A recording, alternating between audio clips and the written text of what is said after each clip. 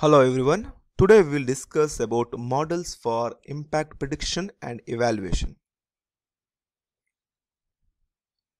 Planning today is heavily dependent on the use of computer-based impact prediction models. Such models are used to assist in the identification, evaluation of alternative ways of meeting various planning and management objectives.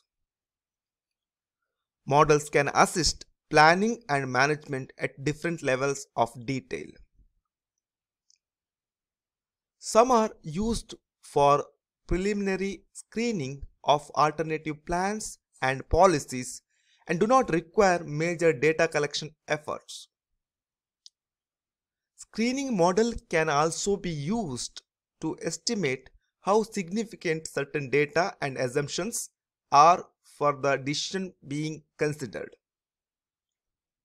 and hence can help guide additional data collection activities. Much more detailed models can be used for engineering design. These are complex models, are more data demanding, and typically require higher level of expertise for their proper use. Models can assist in this process of reaching a common understanding and agreement among different stakeholders. This has a greater chance of happening if the stakeholders themselves are involved in the modeling and analysis process.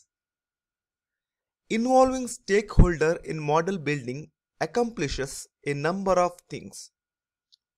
It gives them a feeling of ownership. Now we'll discuss about adaptive integrated policies in water resource management. A discussion of the water resource management issues and options. A prioritized list of strategies for addressing existing problems and available development or management opportunities in the basin. Consideration also need to be given to improving the quality of the water resources planning and management review process.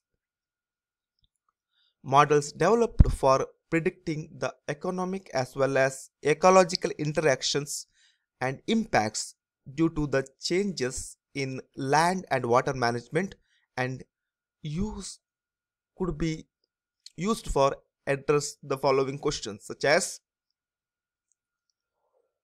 what are the hydrological, ecological and economic consequences of clustering or dispersing human land use, such as urban and commercial developments in large residential areas? What are the economic and environmental quality trade-off associated with different areas of various classes of land use, such as commercial, urban, residential, agriculture and forest? What are the associated ecological and economic impacts of the trend in residential, commercial and forest lands replacing agricultural lands?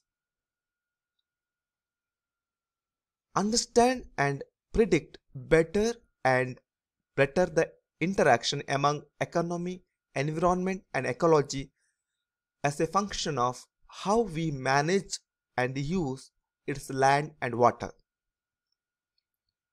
This in turn may help us better manage and use of land and water resources for the betterment of all, now and in the future. Now we'll discuss some of the post-planning and management issues in water resource management. Once a plan or strategy are produced, common implementation issues include seeing that the plan is followed and modified and appropriate over time. What incentives need to be created to ensure compliance? How are the impacts resulting from the implementation of any decision going to be monitored, assessed, and modified as required and desired? Who is going to be responsible? Who is going to pay and how much? Who will keep the stakeholders informed? Who will keep the plan current? How often should plans and their databases be updated? How can new projects be operated in ways that increase the efficiencies and effectiveness of joint operation of multiple projects in watershed or river basin rather than each project being operated independently of other? These questions should be asked and answered, at least in the general terms, before the water resource planning and management process begins. The questions should be revisited as decisions are made and when answers to them can be much more specific. Thank you.